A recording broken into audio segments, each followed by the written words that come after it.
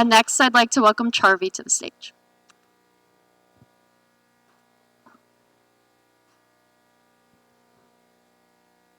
Thank you, Amanda. And good evening, Jacksonville. My name is Charvi Beniwal, and I'm pleased to welcome you to the last project of the night. But do not worry, because it's only its first day in public light. We are Team LISC, and this summer we've spent our time looking at missed property tax exemptions in the city of Jacksonville. But before I dive deeper into what our project entails, I'd first like to introduce you to a fellow Jacksonville resident, Andy, who might be fictional, but his story, very real. Andy is a veteran and is classified as disabled by his service. He currently lives in a house that he inherited from his mother alongside his sister. He always believed that his sister has been paying taxes on this house, even though she herself does not reside there. That has not been the case. She's not been paying those taxes, and now the house has consecutive years of unpaid taxes. Since Andy has been unaware of the situation, he is in huge risk of losing his title, as the title is set to go up for auction very soon. Who is going to help Andy and many others who risk losing their family homes and communities to fractures like this in the system? Local Initiative Support Corporation, or LISC for short, is a nationally recognized nonprofit that has helped millions across America.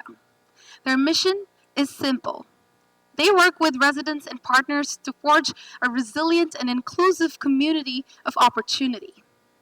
By the numbers, LISC is present in more than 40 states and has invested more than $38 billion since their starting in 1979, and in terms of housing alone, have built and preserved more than 500,000 homes. And they have achieved this milestone by focusing on some core foundational key areas. And LISC Jacksonville specifically focuses on two main key areas. Those are housing access and wealth equity. These two key areas have also been the main drivers of our wicked problem this summer. What is this wicked problem, you ask? Well, let's take a look. Starting at the very bottom, we all live in a layered tax system, where owning a house and paying taxes on it has multiple layers. Not everyone is aware of all the nuances that are at play. On top of that, we do not currently have a system that can identify missed tax exemptions. And this leads to immense financial burden caused by property taxes. The biggest hit? Heirs property. Properties that are passed on generationally and are the most prone to getting stuck in probate processes and losing out on exemptions they would otherwise qualify for. At the end, we only see the tip of the iceberg: community disintegration due to property loss. So let's take a look at some of the key tax exemptions that we had to work with this summer. Coming in first is an exemption most people can qualify for simply by residing in their primary residence. This is the homestead exemption, and it can get you a reduction of up to $25,000 from your assessed value. Next, we have the homestead band-aid, and it gets stacked on top of homestead to give you another $25,000 in relief. Together, they can reduce your taxable value by up to $50,000. Senior residents who qualify can also get the senior exemption, which alone can reduce your taxable value by up to $50,000. Lastly, we looked at widower exemption. And however, even though this does not need to stack on top of homestead, it can provide a relief of up to $5,000. That being said, the biggest issue in our community is awareness. To actually enjoy that tax relief, one must apply and then qualify for these exemptions. And in order to qualify, there are certain eligibility criteria, and our work this summer was to figure that out. To figure that out, as data scientists, we need data. And so we compiled multiple data sources to paint the best picture possible. At the core foundation, we had the heirs property data set that was provided to us by LISC Jacksonville, and it gave us information about property owners and the property characteristics. Next, we web scraped data from the Dual County Property Appraiser's website. This was publicly available information about taxes, exemptions, their values, and types. Third, we have the tax certificate data set, which was very crucial as well and was provided to us by LISC Jacksonville. It helped us deduce which properties were at real risk for the upcoming auctions. Lastly, we had the census block data set, which gave us crucial information that helped us figure out eligibilities using demographic data as well as geographical spatial files that then helped us map our results. To dig deeper into this and take you through our data science thinking now, I'd like to invite my partner on the stage, Kushal.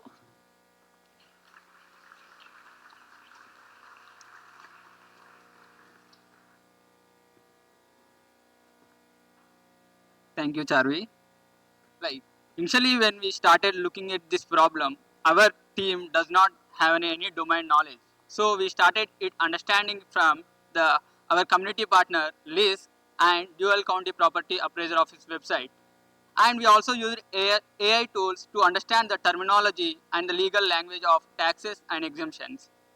Then, after understanding the problem, we have looked into any data, and more, there is no more information related to taxes and exemptions. So, we have web scraped it from Dual County Property Appraiser Office website using Python package Beautiful Soup, and we constructed the key variables like address matching, which is important for owners who are living like homes which are homes which are homes which are like owners should have the primary residence, and there is a personal level information gap to know whether the owner is senior or not, like and widow or not. For that, we have used the census summary files, which will give the neighborhood level population and housing unit summary. And then to connect these both property and the summary files, we don't have any unique ID. So we have extracted it from GeoCodio for all hires properties using the GeoCodio. And by putting all this together, we have created the maps and done some visual analysis using Tableau. Then after collecting this all data, even we collected this all data, we cannot say whether the given property is qualified for exemption or not. Exactly.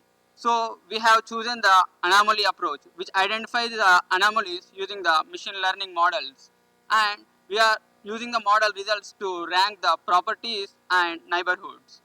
Here, what is anomaly approach? Identifying the properties which do not have exemption and which are similar to properties which are having exemption in terms of data. Like here we have tested the three main models. One is K nearest neighboring and random forest and cat boost, and chosen the K nearest neighboring because it's well distributed in future importance, and also it have using the multiple relevant futures, and we have selected some of the futures based on the strength of the futures and also our contextual knowledge. And now let us look into some visualizations, and this shows that this map is color coded based on the concentration of hires properties in the census tract level. Here the orange and maroon indicates that there are higher concentration of hires properties in the census tract, and the light blue and the darker blue indicates that there are lower concentration of the hires properties. There are overall 30,805 hires properties in a dual county. And our filtering strategy involves that starts from the overall all highest properties data, and there are 11,200 properties that do not have the exemption, and from that 4,800 are the our model predicted to have as an exemption, and these are the 4,800 properties that LISC should focus on. And from these we have further filtered into 2,800 properties by using the address matching and the vacant variable, which is important for the whether the home is the primary residence of the owner or not. And the 178 are the list urgently should reach out and door knock because their tax certificate has been already sold to some of the third-party investors. By this, I would like to invite Hoang.